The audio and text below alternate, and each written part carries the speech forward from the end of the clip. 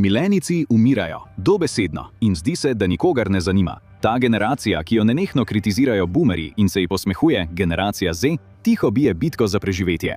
Leta 2019 je bilo med milenijci starimi od 25 do 34 let 128,8 smrti na 100.000 prebivalcev, kar je številka, ki je nismo videli od sredine 90-ih let. Potem je COVID to številko dvignil nad 180. Zakaj se ta generacija sooča s krizo, o kateri nihče ne govori? Kaj je milenijce naredilo takšne in kdo ali kaj je oblikovalo njihove težave?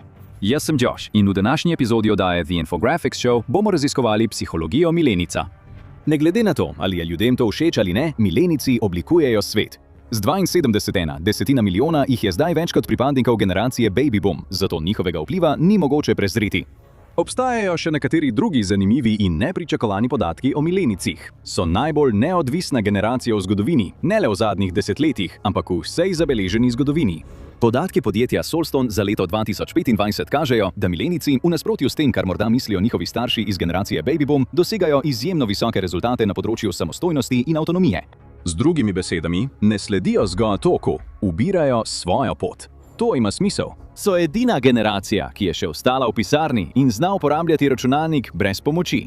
A veliko drugih stvari v njihovem življenju ne gre tako dobro.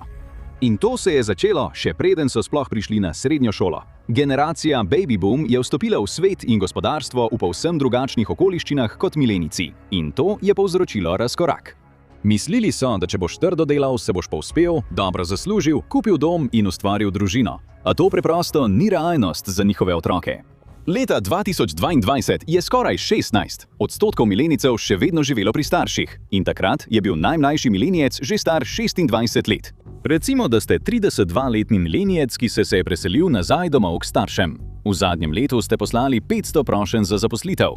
Začeli ste s prijavami na delovna mesta na svojem področju, nato ste poskusili še na nekoliko sorodnih, zdaj pa pošiljate prijave na katerokoli delo, ki je plačano. In najhujše pri vsem tem? Čez en mesec boste resno razmišljali o odprtju računa na OnlyFans. Vaš oče ne razume, zakaj se preprosto ne morete osebno predstaviti komu v podjetju in povedati, da iščete službo. 62% njegove generacije se strinja s to taktiko, v primerjavi s samo 40% milenijcev. Boomerji so na istem delovnem mestu ostali povprečno 10 do 15 let. Milenijci pa imajo srečo, če v enem podjetju zdržijo 3 do 5 let. Skupno življenje pomeni tudi združevanje dveh zelo različnih načinov razmišljanja pod isto streho, še posebej, ko gre za njihovo dejansko psihološko stanje. Milenijci so veliko bolj odprti glede svojih čustev, svojih težav in niso proti iskanju pomoči. Leta 2021 je v anketi med 2000 Američani 45% milenijcev povedalo, da so pripravljeni poiskati terapevtsko pomoč. Baby boomerji, ta številka je komaj dosegla 8%. In to je bilo v anketi opravljeni sredi pandemije. Ko bi pričakovali, da ljudje morda potrebujejo pomoč, je morda prav ta skupni način bivanja del tistega, kar je povzročilo toliko trenj med milenijci in baby boomerji. To ni le medijska zgodba. Izredni profesor Felix Danbold z UCL School of Management je ugotovil, da ti dve generaciji izražata veliko več sovražnosti druga do druge kot do kogarkoli drugega. Medtem ko se boomerji bojijo, da bodo vrednote milenijcev ogrozile njihov način življenja, pa milenice skrbi nekaj veliko bolj praktičnega. Vidijo, da starejše generacije nočejo zapustiti svojih služb ali prodati svojih domov, kar milenijcem preprečuje, da bi si ustvarili svojo prihodnost.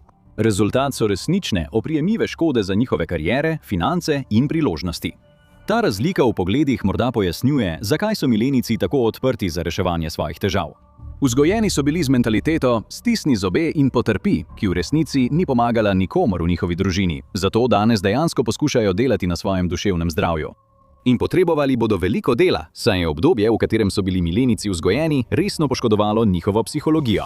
Predstavljaj si, da je leto 2003. Si milenijec, ki pravkar začenja srednjo šolo. Tvoje telo se spreminja in zaradi tega si nekoliko negotov. Povsem običajne najstniške stvari. Toda v 2000-ih, ko so bili večinoma milenijci še najstniki, je šlo nekaj narobe. Mediji, družba in celo njihove lastne družine niso le opazili njihovih težav. Te so še okrepili in jih naredili 1000-krat hujše. V zgodnjih 2000-ih je videz Harry in Chick iz 90-ih popolnoma prevzel popularno kulturo. V revijah in televizijskih oddajah so bile večinoma ženske le še koža in kosti. Posledice so bile resnične. Stopnja motenj hranjenja, kot sta anoreksija in bulimija, je strmo narasla. Po raziskavi Zaođa in Inci Nose je med letoma 1999 in 2000 ter 2005 in 2006 število hospitalizacij zaradi motenj hranjenja eksplodiralo. To je bilo še posebej opazno pri milenijcih, ki so bili takrat v prednajstniških letih, najstniških letih in zgodnjih 20-ih. Število hospitalizacij se je povečalo za 18% pri ljudeh starih od 12 do 19 let, za 19% pri ljudeh starih od 19 do 30 let in za 119% pri tistih mlajših od 12 let. Celotna generacija je bila pod napadom. Milenijci so odraščali z enim najbolj popačenih pogledov na telo vseh časov in za mnoge se to ni spremenilo. V raziskavi iz leta 2020, ki je spremljala samozavest glede telesa, so bile najmanj samozavestna skupina žensk milenike. Ženske, stare od 25 do 34 let, so svojo samozavest glede telesa ocenile 37 od 100. To je komaj polovica negativne ocene. Če uživate v tem poglobljenem pogledu v psihogeneracije, ki je nekoč mislila, da je avokadov toast naložba, ne pozabite všečkati, deliti in se naročiti.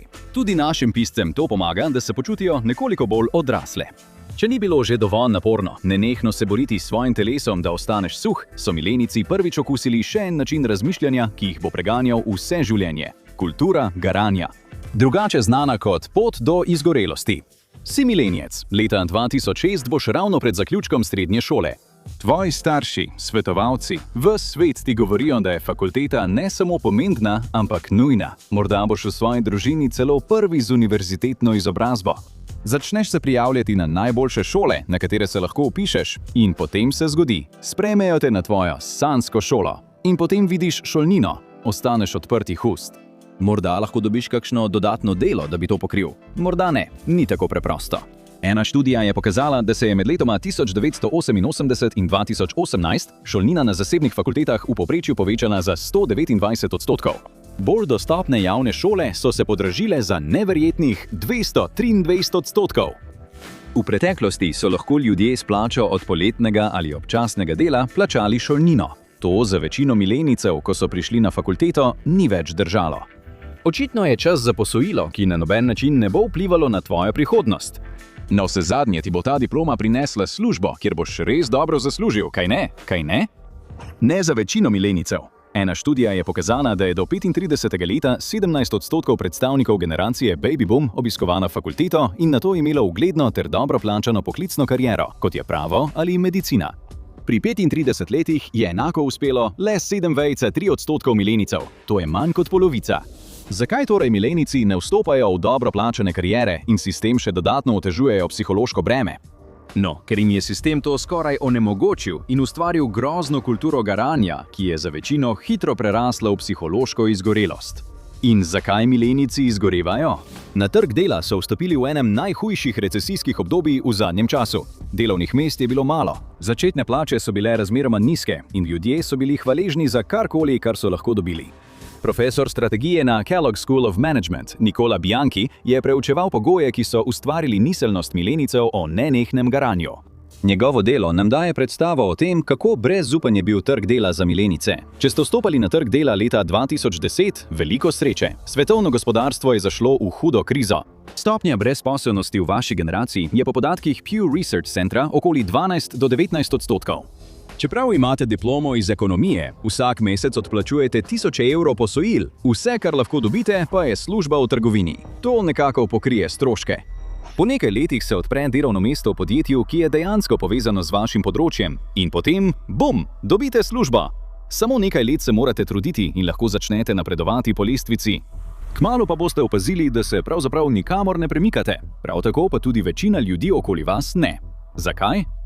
Recesija in njene posledice so ustvarile okolje, v katerem je generacija boomerjev postala bolj zadržana glede upokojitve svojih višjih položajev. Napredovanje po lestvici je postalo težje kot kdajkoli prej. Rezultat je bila mešanica brezupa in nenehnega garanja. To je ključni boj milenijske generacije. Prav tako pa to pomeni, da milenijci pogosteje menjajo podjetja in kariere. Manj verjamejo v koristi zvestobe podjetju in v ameriški korporativni svet nasploh. Vendar pa delajo veliko dlje in trše, da bi preživeli, ter si sami utirajo pot naprej. Tako da v nasprotju s splošnim prepričanjem, milenijci niso leni in ne zapravijo vsega svojega denarja. Preobremenjeni so in revnejši od drugih generacij. Produktivnost delavcev se je od časa boomerjev do danes hitro povečala. Med letoma 1979 in 2021 se je povprečna produktivnost ameriškega delavca povečala za 64,4%, plače pa so zrasle le za 17,3%. In tvoj 64-letni sodelavec v pisarni je plačan precej več kot ti, pravzaprav več kot boš verjetno še dolgo zaslužil. Med letoma 1979 in 2018 se je razlika v plačah med delavci starejšimi od 55 let in tistimi mlajšimi od 35 let povečala za 61%. To ni samo ameriški pojav. Bianchijeva študija je pokazala, da so se stvari za mlajše delavce, potem ko je Italija leta 2011 zvišala upokojitveno starost na 67 let, še poslabšale. Nenadoma so vse nagrade pripadle starejšim delavcem. Vsi ostali so se trudili zgolj preživeti. Od leta 1985 do 2019 se je povprečna starost delavca v Italiji povečala za 19%. V istem obdobju so tudi vsi starejši od 55 let začeli dobro zaslužiti. 56-letniki so doživeli 33% povečanje plač, medtem ko so 65-letniki doživeli 53% povečanje plač. Toda tistim, mlajšim od 35 let, so se plače zvišale le za 14%. Razlika v povprečnih plačah med starejšimi in mlajšimi delavci se je skoraj podvojila, povečala se je za 96%. Ni čudno, da so milenijci popolnoma izgoreli in veliko bolj žalostni kot njihovi sodelavci iz generacije boomerjev. Več raziskav je pokazalo, da so najbolj izgorela generacija od vseh. Ena raziskava je pokazala, da 66% milenijcev poroča o zmerni do visoki izgorelosti, v primerjavi z 39% baby boomerjev. Še huje je. Druga anketa med 1000 zaposlenimi v ZDA je pokazala, da je 77% milenijcev doživelo simptome izgorelosti, v primerjavi s samo 38% boomerjev. Ta plačna vrzel v kombinaciji s pomanjkanjem možnosti za napredovanje resnično vpliva na njihovo duševno stanje, kar je seveda tudi eno izmed vprašanj v anketi, ki je pokazala, da je le 47% milenijcev ocenilo svoje osebno počutje kot nadpovprečno. Enako je storilo 84% boomerjev. Vsi bi bili navdušeni, če bi se vrednost naših hiš povečala za 5-krat, hkrati pa bi tik pred upokojitvijo dobili še največje povišice. Znanstveniki ne ugibajo zgolj na pamet, da so finance glavni vzrok za izgorelost in stres pri milenijcih.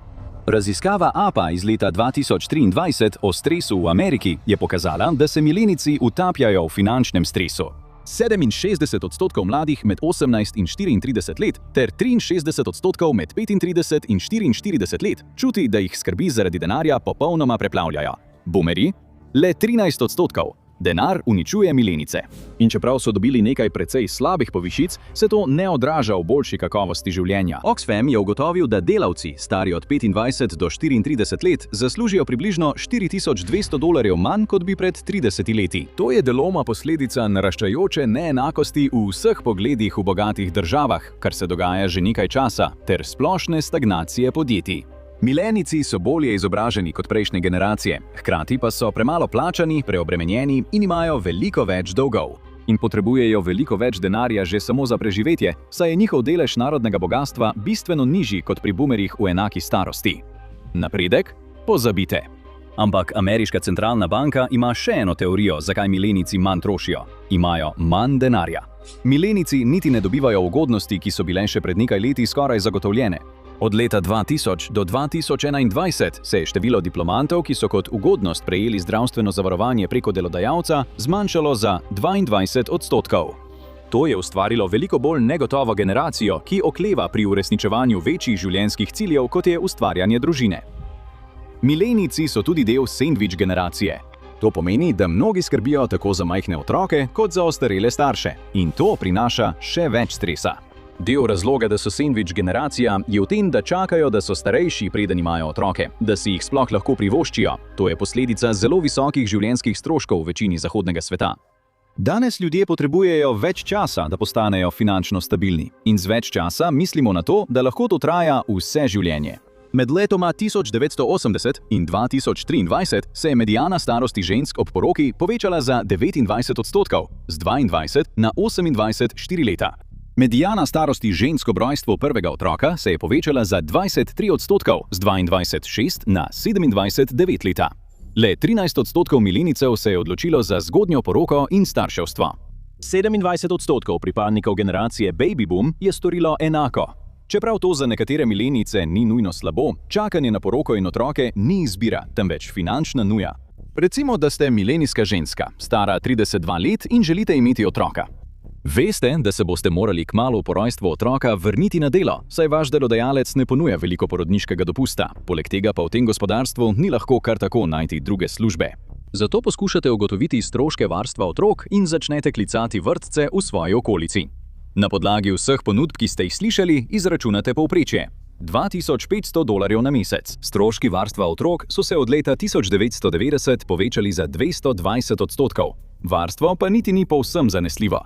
Poročilo Kids Count za leto 2023 je pokazalo, da je morala več kot polovica zaposlenih staršev v zadnjih 3 mesecih zaradi težav z varstvom otrok priti v službo pozno ali oditi prej. Še huje, 23% teh staršev poroča, da so bili zaradi teh težav odpuščeni. Ko ponovno pregledujete proračunske tabele, ugotovite, da si ne morete privoščiti varstva otrok, poleg tega pa lahko zaradi tega celo izgubite službo. Pri tem sploh še nismo upoštevali vseh novih oblačil, posteljic, stekleničk in plenic, ki jih boste morali kupiti. Baby Center je ugotovil, da prvi leto stroškov povezanih z dojenčkom starše stane okoli $20,400. To večinoma ne vključuje stroškov poroda ali varstva otrok. Stroški vzgoje otroka lahko porabijo do 22% dohodka gospodinjstva. Carepeak.com je ugotovil, da lahko povprečen starš za stroške varstva otrok porabi do 29% svojih prihrankov. Za primerjavo, ameriško ministrstvo za zdravje in socialne storitve priporoča, da družine za varstvo otrok ne porabijo več kot 7% svojega gospodinjskega dohodka. Zaradi teh izjemnih stroškov je polovica mamic spremenila svoje družinske načrte. Četrtina bodočih mamic se je odločila imeti manj otrok. Izjemni stroški so vplivali na vse vidike razmišljanja milenicev, celo na tako osebno odločitev, kot je rojstvo otroka.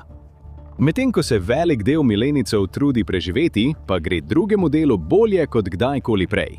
To pa zato, ker se je neenakost skozi leta hitro povečala, saj se je Gini indeks med letoma 1968 in 2020 zvišal za 25%. To je ustvarilo veliko vrzel v blaginji znotraj generacije milenicev. Naprimer, nizko kvalificirani delavci v storitvenih dejavnostih iz generacije baby boomerjev so se še vedno lahko veselili spodobnega življenja. 63% jih je imelo lastno stanovanje. Pri 35 letih v isti skupini med milenici jih je imelo lastno stanovanje le 42%. Najrevnejši milenici. Približno 14% vseh imajo dejansko negativno neto premoženje, v primerjavi z le 8,7% boomerjev. Ta velika vrzel v neenakosti ustvarja razdeljene skupnosti in zamero, kar pogosto vodi v kriminal in nasilje. V kombinaciji s strožjim nadzorom policije je to privedlo do ogromnega povečanja stopnje zapiranja med milenici v primerjavi s prejšnjimi generacijami v enaki starosti. Čeprav se je stopnja kriminala v ZDA znižala, kaj to vse pomeni? Milenici so izgubili svojo vero. Leta 2014 je Pew Research Center ugotovil, da je le 50% milenicev reklo, da zagotovo verjamejo v Boga. 64% generacije X in 70% baby boomerjev je reklo enako. Pravzaprav 35% milenicev sploh ne pripada nobeni organizirani religiji. Škandali, ki so prišli na dan v katoliški cerkvi, verjetno pri tem niso pomagali. Vse to je nekatere milenice zavrlo, pri drugih pa spodbudilo depresijo. A mnogi, ki so zelo neodvisni, si preprosto utirajo svojo pot. Psihologi temu pravijo agnosticizem do mejnikov. Veliko milenicev ne verjame, da obstaja določena starost, pri kateri bi se morali poročiti, začeti posel ali končati izobraževanje. Ljudje se poročajo v svojih 40-ih, v svojih 30-ih se vračajo v šolo ali popolnoma spreminjajo karierno pot večkrat v življenju. In to jih ne straši tako zelo, kot bi morda prestrašilo druge generacije. To je morda zato, ker so milenici odrasli v času terorističnih napadov, mednarodnih recesij in enega najslabših trgov dela v novejši zgodovini. Tako da jim ta svet ne more vreči ničesar, česar v neki obliki že ne bi videli. Lahko pa je tudi zato, ker so milenici po podatkih istega podjetja Solston dosegli najvišji rezultat med vsemi generacijami pri lastnosti z oznako dejavnosti. Solston tu uporablja za ocenjevanje človekove odprtosti za nove izkušnje, kar bo milenicem prišlo zelo prav, ko se bodo morali soočiti z novo prihodnjo realnostjo, v kateri se nikoli ne bodo mogli upokojiti. Dobra stran pa je, da je po raziskavi Univerze American University iz leta 2015 pogovor o duševnem zdravju postal nekaj običajnega pri milenicih. Ker so odraščali o pogovorih o anksioznosti, depresiji in motnjah hranjenja, so veliko bolj pripravljeni govoriti o svojih težavah s prijatelji ali terapevtom. In bodimo iskreni, to bodo tudi potrebovali. Če želite videti, kako se milenijci vključujejo v širšo sliko in kako je bila vsaka generacija oblikovana drugače, si oglejte Vsaka generacija razložena v 10 minutah ali pa kliknite na ta video.